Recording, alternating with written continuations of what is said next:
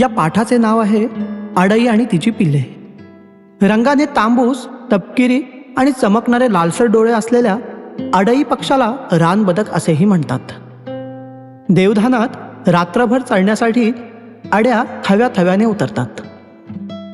नवे गाव, सरोवरांच्या बांधावर आपल्या चोचींनी पंख साफ करत त्या उभ्या असतात. झिंगे, लहान मासे, कंद हे त्यांचे आवडते खाणे. पावसाळा येताच लहान तळी, बोढीकाठीचा मोहा, बेहडा, चिंच किंवा पळसाच्या झाडावर अडई जोडी जोडीने बसलेले दिसतात. अशाच एखाद्या झाडाच्या पोखरीत मादी अंडी घालते. अंड्यावर बसलेल्या अडईचे चित्र घेण्याकरता आम्ही हिंडत होतो. पालादूर येथे 60 फूट उंचीवर ताडाच्या झाडाच्या फटीत अडई घरटे करते. तळ्यावरून घरट्याकडे झेप घेणाऱ्या अडईसारखे मनाला भावणारे दृश्य निसर्गात क्वचितच असेल. गाईगुरांबरोबर जंगलात हळूहळू फिरणाऱ्या दाम्या गायकाचे साऱ्या परिसरात लक्ष असे. त्यानेच बातमी दिली की भुईशिंदीच्या झुडपात एक अडई फडफड उडालेली त्याला दिसली. दुसऱ्या दिवशी कॅमेरे घेऊन आम्ही पवनीच्या जंगलातून खरकाडी नाल्याची वाट धरली. एखाद्या गुप्तधनाकडे जावे तसे आम्ही उत्सुकतेने व उत्साहित मनाने हिरव्या गार गवतातील शेवाळलेल्या पाऊलवाटेने चाललो होतो. अडईचा गोदा 100-150 फुटांवर असल्याचे दामाने सांगितले. आम्ही हळूहळू पावले टाकत भुईशिंदीच्या झुडपानजीक आलो. दामा बोटाने खुणावत त्यात अडई बसल्याचं सांगत होता. मी चोर पावलाने झुडपानजीक आलो. आम्ही तिच्या घरट्याचे निरीक्षण केले. झुडपाच्या मध्यावर तिने गवत, पाने जमिनीवर अंथरून गोलाकार घरटे केले होते. त्यात फिक्या पिवळसर रंगाची 10 अंडी दिसली. भुईशिंदीच्या झुडपाला नाल्याच्या बाजूने गोल छिद्राचे प्रवेशद्वार होते. दाराला लागून 1.5 फूट लांबीचे भुयार झुडपात होते. हे भुयार मोठे अद्भुत होते. वरच्या पानांची कमान केली होती. बाजूची पाने एकमेकांत मोठ्या कुशलतेने गुंफली होती. त्या झुडपाजवळून जाणाऱ्या येणाऱ्यांना इथे गोदा असावा असे कधीच वाटले नसते. आम्ही त्या घरट्यापासून 100 फूट अंतरावर एका आवळ्याच्या झाडाआड लपून बसलो. अंदाजे 10-15 मिनिटांनी अडई नाल्यातून हळूहळू चालत वर येताना दिसली. मोठ्या सावधगिरीने ती घरट्याकडे येत होती. मध्येच ती खोलगट भागात थांबून एखाद्या गनिमाप्रमाणे टेहळणी करी. घरट्याच्या दाराजवळ येऊन ती 2 मिनिटे थांबली. तिने इकडे तिकडे पाहिले. लगेच ती घरट्यात जाऊन बसली. मोठे अद्भुत तरम्य होते ते दृश्य. दुसऱ्या दिवशी आम्ही पुन्हा आलो. एकाएकी उंच आकाशात घरट्याच्या वरच्या बाजूने अडई फडफड उडाली. क्षणातच अडईची जोडी उडताना दिसली. आम्ही हळूहळू घरट्याजवळ पोचलो तर भीतीने अंगावर काटाच उभा राहिला. 6 फूट लांबीचा हिरवट पिवळा साप आपल्या जिभेने अंड्यांना स्पर्श करत होता. मला वाटले कल्या फुलण्या आधीच कुस्करल्या जाणार. आम्ही मोठ्या प्रयत्नाने त्या सापाला घरट्याबाहेर हुसकावून लावले. लांबपर्यंत त्याला हाकलून लावले.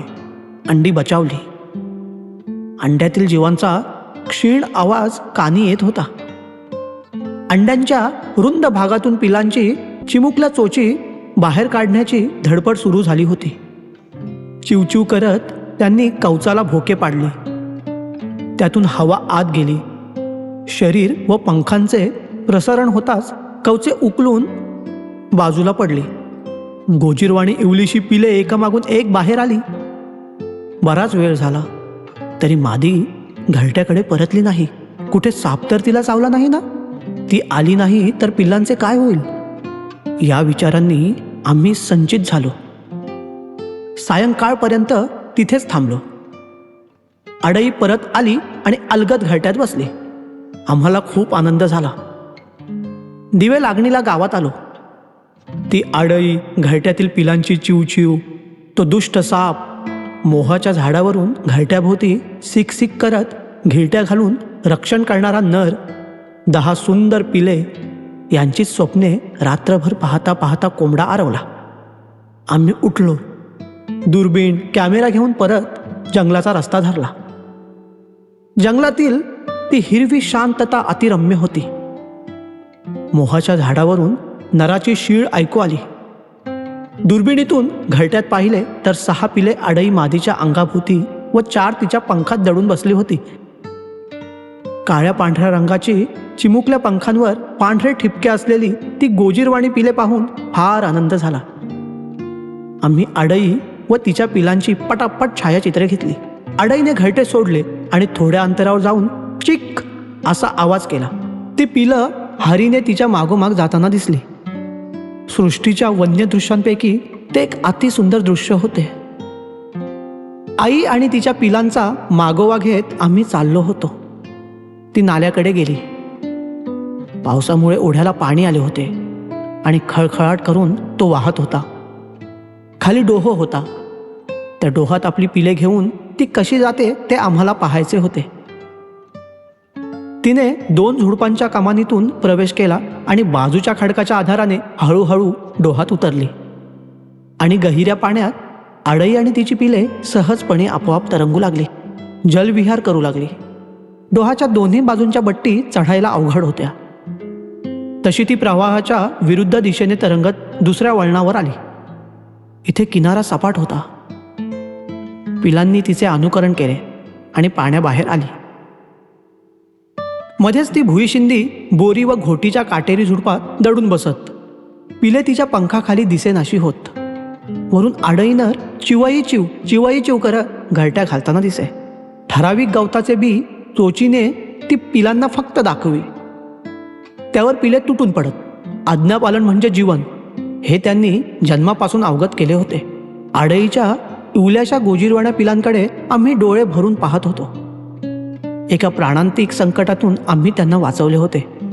त्यांचा पुढचा प्रवास या जंगलात शेवटात जाईल की पुन्हा संकटे येतील, दृष्टीपुढून ती पिले दूर जंगलात दिसेनाशी झाली. एक विलक्षण सुंदर अनुभव घेऊन आम्ही परतलो. तर मित्रांनो, हा होता इयत्ता 5वीच्या जुन्या मराठी बालभारती पुस्तकातील आडई आणि तिची पिले हा धडा होता. असेच मराठी जुने बालभारती पुस्तकातील धडे आणि कविता तुम्हाला ऐकायच्या असतील तर आमच्या या चॅनलला सबस्क्राईब करा आणि आपले मत कमेंट्समध्ये कळवा. धन्यवाद.